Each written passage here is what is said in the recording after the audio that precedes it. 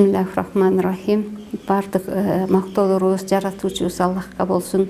Саламдарыбыз жана салаваттарыбыз Мухаммед саллаллаху алейхи ва салламга болсун. Ассаламу алейкум ва рахматуллахи ва баракатух.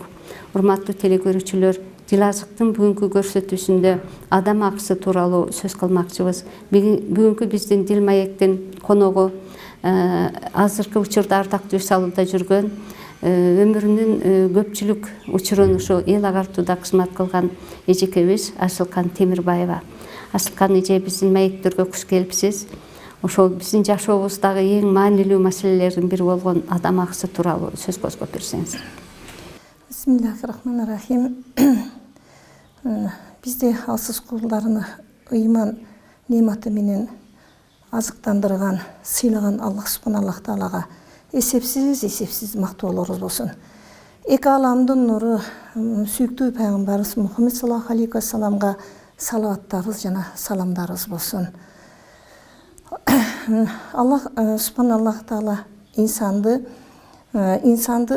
эч бир кемчиликсиз, ушундай кемчиликсиз, сулуу, келбеттүү кылып жараткан. Ал жаратып гана койбостон ага ушунчалык санап жеткис ырыскыларды берген. Ырыскыларды гана берип койбостон анын ак укугун дагы мыйзамдаштырып койгон. Ак укуктарын Алла таала өзүнө кылган канчалык күнөөлөрдү кечириши мүмкүн өзүнө карата. Бирок адам укугунун акысына кирген адамды кечирүү үчүн шарт койгон. Ошол шарт акы деп аталат. Эми ошол акы деген дагы өзү бул адамдардын жана жандуу жана жансыз макулуктардын ортосундагы алакасы жана мамилеси жөнүндөгү Аллах тааланын Куран жана пайгамбар саллаллаху алейхи ва саллам аркылуу бизге жиберген жана биздин талап кылган эрежеси болуп эсептелет. Ар бир инсан ошол Аллах тааланын ошол эрежесине, акы жөнүндөгү эрежесине баш ийишибиз керек. Эми Аллах субханаллаху таала бир гана бул эрежени коюп, бул Куранда дагы бул акы жөнүндө Хужра сүрөсүндө эң сонун айтып кетет. Ыйман келтиргендер бир туугансыңар. Туугандар арыздашса, алардын арасыны оңдоп койгула. Бир эл экинчи элди маскаралабасын. Аялдар да аялдарды маскаралабасын. Бири-бириңердин аңдыбагыла, бири-бириңердин айыбыңарды чукубагыла, бири-бириңерге жагымсыз ат койбогула, бири-бириңерди ушактабагыла. Бул ушактабагыла. Ушактоо бир тууган боордошунун этин жеген менен барабар. Ким бул жагымсыз иш кимге жаксын? Аллахтан корккула. Аллах өтө боорукер, тобаларды кабылуучу ырайымдуу зат деп эскертип кетет. Бул жерден демек акыга өтө маани беришибиз керек. Бирөөдүн акысына, бирөөдү ушактап, бирөөдү аңдып, бирөөдүгө жөндө шек санап, шектин дагы кээ бири күнөө болуп калат дейт. Шек санабашыбыз керек. Бири-бирибизди атыбыздан чакырбашыбыз керек экен. Бири-бирибизди маскаралабашыбыз керек. Ошентип ушулардын баары ошол адамдын акысына кирип калуу шарты бар экен да. Эми ушул мусулман менен мусулмандын ортосундагы акылар тууралуу айтып. Мусулман менен мусулмандын ортосундагы акыларды да белгилеп кеткен. Мусулмандагы 5 акысы бар. Салам берсе саламдашуу, салам берсе алик алуу, чүчкүрсө жооп кайтаруу, чакырса баруу, кеңеш сураса кеңеш берүү. Ошондой эле ооруса сөзсүз барып сураш жана өлсө жаназасына катышыр. Бул мусулмандагы акысы болуп саналат экен. Эми биздин жашообуздун жакшы өтүшүнө, өмүрүбүздүн ушундай бир маанилүү өтүшүнө ушул акылардын адам акыларына кирбестик чоң мааниге экен да. Эми эң адамдын жашоосунда эң жакын адам бул кошунасы болот эмеспи? Ошо кошуналарынын бири-бирине болгон акылары кандай болот? Кошунадагы акысы бар. Үч түрдүү акысы бар. Бир акысы бар кошуна, эки акысы бар кошуна, үч акысы бар кошуна. Үч акысы бар кошуна, биринчи кошуналык акысы, экинчи мусулман болгондогу мусулмандык акысы, үчүнчүсү туугандык акысы. Үч акы болот. Эки акысы бар кошуна, бул кошуналык акысы жана мусулмандык акысы бар. Ал эми бир акысы бар кошуна, бул башка диндеги. Ошол башка динде болсо дагы ошого кошуналык акы, кошуна катары кошуналык акыны төлөп акыны акысына кирбей ошонун акысыны өз ордуна коюшубуз керек экен. Эми бул коңшу пайгамбар саллаллаху алейхи вассалам айтат, кошуналык акы эмне экенин билесиңерби деп сахабаларына кайрылат экен да. Кошуна жардам сураса жардам бер, акча карыз сураса карыз бер. Эгер алы күчү жетпей турса, карызыңды убагыны долаба дейт да, узарт дейт. Ошондой эле кошунаң сүйүнсө, аны куттукта, кошунаңа бир кайгы жетсе, ага көңүл айт. Кошунаңдын дейт үйдөн анын уруксатысыз мына желди, шамалды тосуп, үйүңдү бийик салба деп атат. Аны иринжитпе дейт. Ошондой эле базардан мөмөчөмө алып келсең, кошунаң балдарына да алып кел. Эгер ага бере албасаң, анда үйүңө алып кирип кет. Балдарыңга берип, кошунанын балдарынын көңүлүн оорутпа, балдарың көчөгө чыгарба дейт да. Ошондой эле тамагыңдын жытын дагы кошунаңа сезген болсо, тамагыңдан узат деп атат. Бул исламда ушундай коңшунан, мисалы кошунасынын бала чакасы менен ачка отурса, үйдө аябай мындай тамактанып отурганга да акысы жок да, кошунанын. Эми ошол кошуна менен туугандар деп атпайбызбы? Ошол туугандардын арасындагы акылар кандай? Туугандар кошунада болуп, тууганда болуп калса. Бул 3 акысы бар деп атпаймынбы? Тууган бул неме дейт, пайгамбар саллаллаху алейхи вассалам хадистин негизинде айтат, коңшу тууганга берген садака, бир садака коңшуга немеге тууганга берсең, 2 сооп болот. 2 садаканын соогун аласың. Эми туугандын бири тууганчылык байланышты күчөтүү үчүн, бири немеге жөн садаканын бир сообу дейт. Себеби мына учурда баягы адамдарда кээ бир мээр акыбеттер дагы азайган сыяктуу да. Ошол сыяктуу болуп көпчүлүк эле туугандар менен мамиле кылуу жакшырбай баратат да. Ушул жагдайда ошо негизи тууган менен туугандын акысы кандай? Биринен бири кабар алуу керек деген сыяктуу. Туугандын акысы, туугандар бири-биринен кабар алып туруш керек, бири-бирин зыярат кылып, жардам сураса жардам бериш керек. Туугандар ушундай баягы мурас бөлүштүрүүдө дагы Аллах таразы кыла турган деңгээлде гана мурас талашпай мурас бөлүштүрүш керек. Атене азыр көпчүлүк жерлерде көрүп атабыз, мурас бөлүштүрүүдө туугандар бири-бири менен жат болуп кетип атат да. Бир болор болбос бул дүйнөдөгү бир кичинекей байлык үчүн да. Бул да туура эмес. Бир пайгамбарыбыздын маалында бир адам келип пайгамбар саллаллаху алейхи вассаламдан арызданат экенде, Аллахтын элчиси, мен туугандарым бар, мен алардан кабар алып турам, аларга жакшылык кылам, жакшылык кыла берем, алар мага эч бир жакшылык кылбайт, кайра жамандык кылат, менин үйүмө келишпейт, менен катташпайт дегенде пайгамбар саллаллаху алейхи вассалам айтты, эгер сен ушундай кылган болсоң, ушуну уланта бер, анда сен аларга ысык көлдү сугунтуп жатыпсың дейт. Аллах сенден жардамын үзбөйт дейт. Демек, ошо туугандардын канчалык кылган жамандыгын да кечире берген болсо, Аллах ага жардам берип турат экен да. Себеби Аллах ошондой бар нерсени көрүүчү, билүүчү, кабардар зат да. Эгер ырзкыңардын кеңир болсоңар, өмүрүңүздүн болушун кааласаңар, туугандык менен алаканы бекемдегиле дейт да. Демек кимде ким туугандар менен мамилени жакшы кылган болсо, анын рызкысы көбөйөт экен, өмүрү узун болот экен, себеби тынч жашайт, нерви кетпейт, уруш жаңжал болбойт, рызкысы көп болуп, бирдеке болуп чакырган болсо туугандар да көтөрүп келет, өзү да туугандарга алып барат. Бири-бириге мээрим болуп, мээримдүү мындай тынч жашоо болот да. Ушул эми ата менен эненин, ата менен баланын, бала менен ата эненин ортосундагы мамиле дагы ошол турмуштун ушул бири-бирине акылларын туура берип турган учурда гана жакшы жыйынтык болот да. Атанын баладагы акысы кандай? Ата эненин. Ата эненин баладагы акысы бул ата эне биринчи балага жакшы ат коюш керек экен. Жакшы ат коюп, баланын атадагы акысы. Баланын атадагы, баланын ата-энедеги акысы биринчи неме. Ошол ата-эне немеге муктаж болгон болсо, ошону сөзсүз муктажды неме ошону багыш керек да. Эмнеге муктаж болсо ошону алып бериш керек. Ата-энени сыйлап, урмас сын жайга коюш керек. Ата-эненин алдында бакырып, чакырып сүйлөбөш керек. Ошондой эле ата-энени бир жакка чыкканда ата-эненин алдыда баспаш керек экен да, артында басыш керек экен да. Бул да урмат сыйын белгиси экен. Ошондой эле ата-энеге жана неме болсо, бир алыскы сапарга чыгарда сөзсүз ата-эненин уруксаты менен чыгыш керек экен.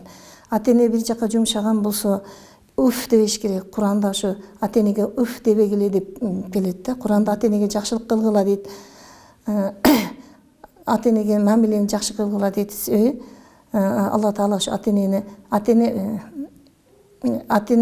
неме 5 ата-эне 5 дарбаза дейт. 5 пайгамбар саллаллаху алейхи вассалам 5-тик дарбазаңды кааласаң куруп ал дейт, кааласаң бузуп сал дейт да.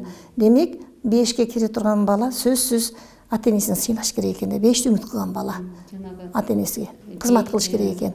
5 таман алдында. 5 таман астында дейт. Пайгамбар саллаллаху алейхи вассаламдын маалында бир киши келди дейт. Аллахтын элчиси, мен бир жакшылык кылгым келип атат. Кимге жакшылык кылайын дегенде, биринчи энеңе дейт да. Барып энесине жакшы кылып сыйлап, мен энем аябай жакшы кылды, мен эми ыраазы болду деп экинчи дагы кийин келет. Экинчи жолу келет, дагы энеңе деп айтат. Үчүнчү жолу келгенде дагы энеңе деп айтат. Андан кийин 4-чү жолу келгенде атаңа жана жакын туугандарыңа деп айтат да. Демек мындан биринчи энеңе дегени ошо эненин бул атадан артыкчылыгы эмес, атадан кызматынын артыкчылыгы, кызматы. Биринчи энеңе дегени энени 9 ай баягы боюнда көтөрүп, кыйналып жүргөнү, көтөрүп жүргөнү. Экинчи энеңе дегени бул ошо толгоо тартканда өлүм менен алышып, толгоо тартып төрөгөн экен. Үчүнчү энеңе дегени ата уктап жатканда эне ошо түндөсү туруп, ооруса кошо карап, түнү аны эмизип баккан экен да. Демек, эненин таманасы 5 деп пайгамбарыбыз бекер айтып кетпептир энелер. Жаш үйдүлүп калган, карыган кезде ата-эне дагы жаш баладай болуп калат эмеспи? Азыркы мына жаштарга айрыкча айта кете турган нерсе да. Жаштар ошо карыларды дагы абайлап, ошо ар бир күнүндө мисалы баланы ата-эне кандай аздектеп чоңойтот, ошол сыяктуу эле карыган кезде дагы ата-эне ошондой карап койсо, балдардын тиги дүйнөсүндө да бул дүйнөсүндө дагы жакшы сооптор болот да. Эми ошо баланын ата-энедеги акысы кандай? Баланын ата-энедеги акысы, ата-эне балага биринчи жакшат коюш керек. Андан мурун баягы баланы энесин тандаш керек. Себеби пайгамбар саллаллаху алейхи вассалам өзүнүн хадисинде айтып кетет да. Жигиттерге насаат айтат, үйлөнүүдө 4 нерсеге карагыла дейт. Биринчи каралат дейт, сулуулугуна, ата тегине, байлыгына, анан динине. Эгер силер динине карасаңар, динине карап үйлөнсөңөр, адашпайсыңар дейт да. Демек диндер аял эч качан ата-энени күйөөдү кар кылбайт, Аллахтан коркот. Ошон үчүн силер динине карап үйлөнгүлө дейт. Биринчи акысы энени тандоодон, баланын энени тандоодон башталат. Биринчи энени тандайт. Андан кийин ошо бала төрөлсө баланы жакшат коюлат. Андан баланын биринчи тилини пайгамбар саллаллаху алейхи вассалам ла илаха иллаллах Мухаммад расулуллах деп чыгарганга аракет кылгыла дейт. Тили ошондой болуп чыксын дейт да. Андан кийин балага акыйка курбандыгы кылынат. Андан баланын табыйы оюнуну дагы акысы бар экен да. Ошон үчүн ата-эне балдарга оюн уюштуруп бериш керек экен, ойнотуп туруш керек экен. Учурунда эркин оюн. Эркин ойноп, адамдар башкалар менен кандай мамиле кылышты, сүйлөштү, өзүн алып жүрүштү, ошо оюн аркылуу бала үйрөнөт экен. Ушул жерде дагы Анан Куран сөзүңүздү бөлүп койдум. Жана жаңы төрөлгөн кезде, бала жаңы эле төрөлгөн кезде биринчи эле Алланын атын уксун деп, оң кулагына азан айтып, сол кулагына камат айтыш керек экен да. Ушу көпчүлүк жаштар билбеши мүмкүн да. Туура айтасың. Эң негизгиси ушул азан айтылат кулагына. Себеби биринчи аны уккан сөзү Аллах болсун дейт да, өзүнүн жаратуучусу болсун дейт деген максатта биринчи азан айтылат.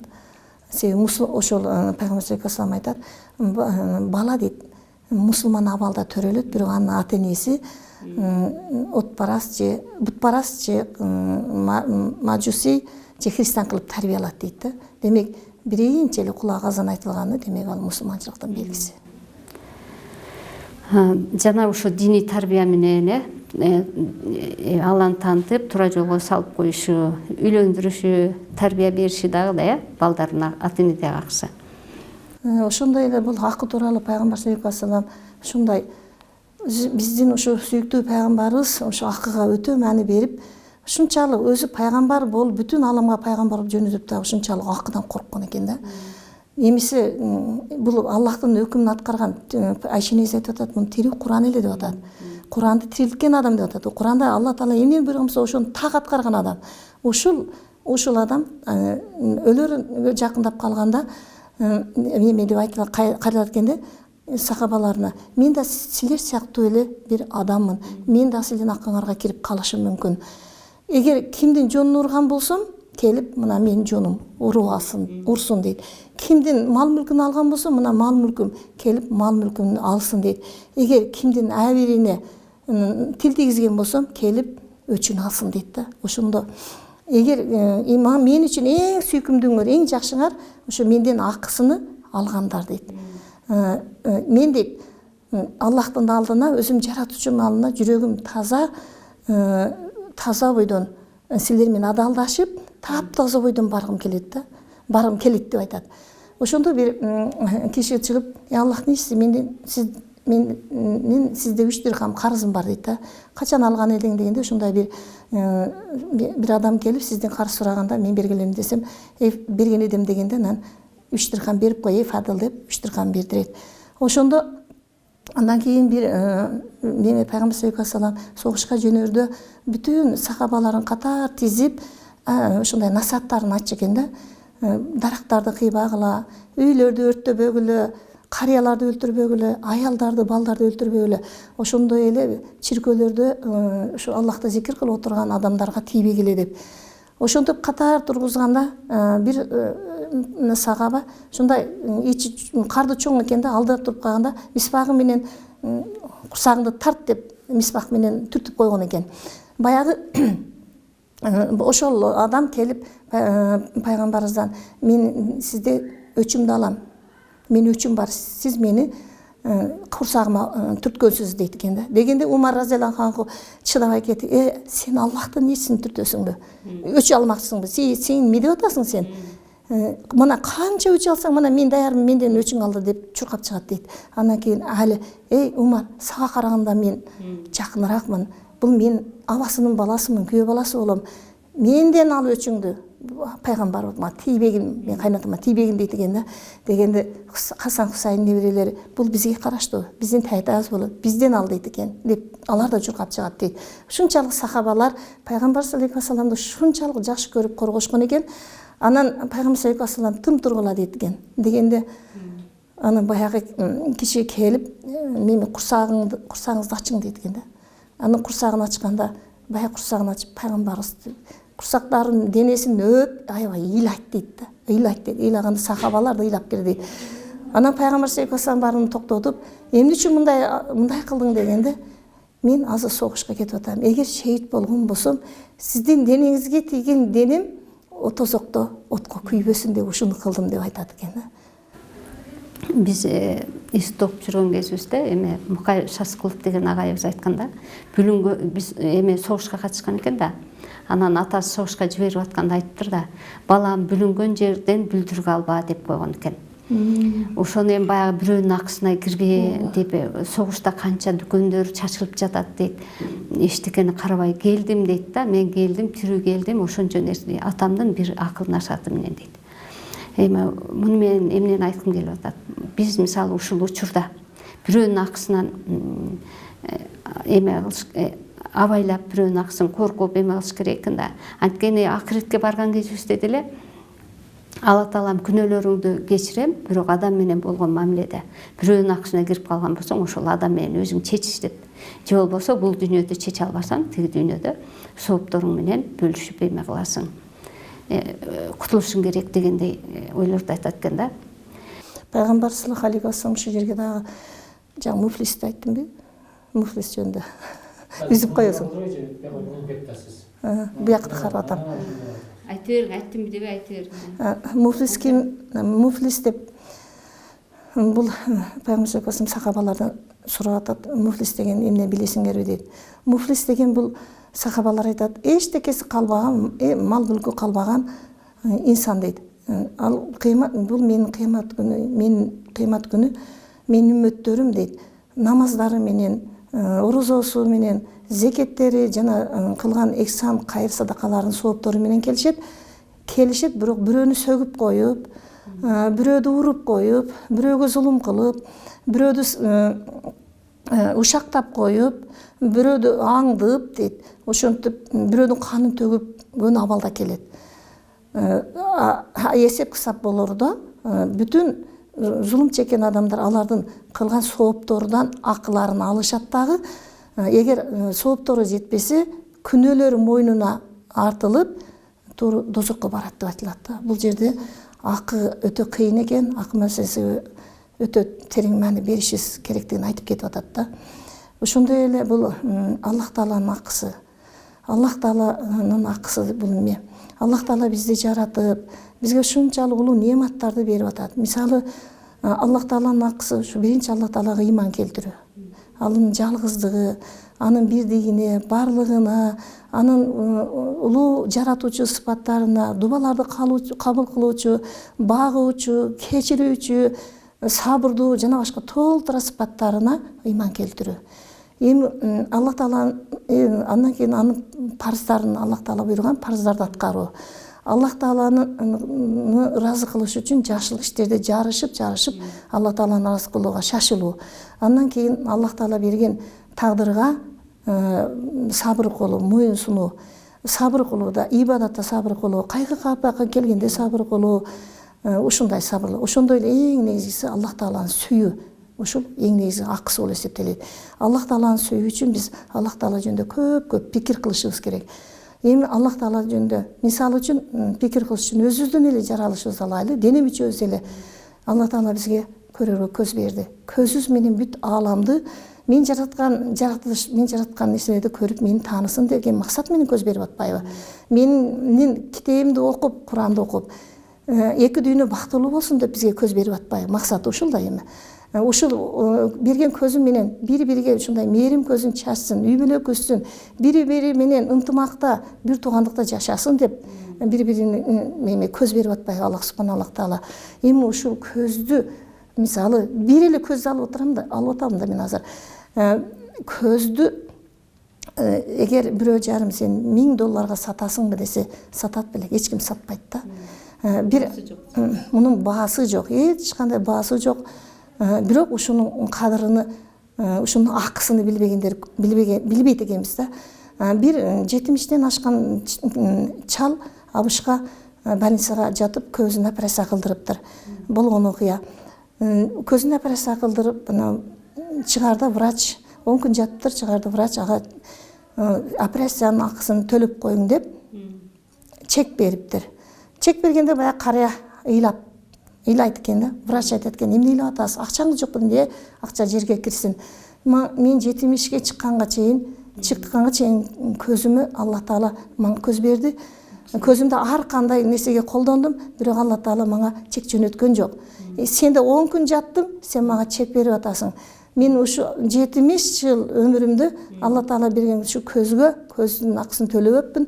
Көзгө бир рахмат айтып шүгүр айтпаппын, мен ошого өкүнүп ыйлап атам дептир да. Мисалы магазинден бир буюм алсак дагы акысын берсек ана буюм берет.